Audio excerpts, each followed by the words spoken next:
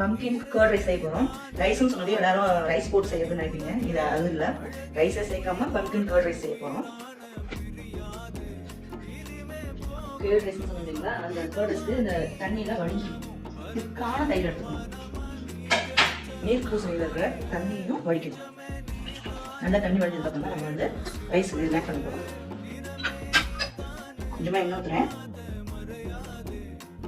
இப்போ எண்ணெய் காஞ்சிச்சு, நம்ம கடுகு போட்டுக்கலாம். இது ஜீரகம் கொஞ்சமாக போட்டுக்கலாம். அடுத்து நம்ம கருவேப்பிலையும் கருவேப்பிலையும் போடலாம்.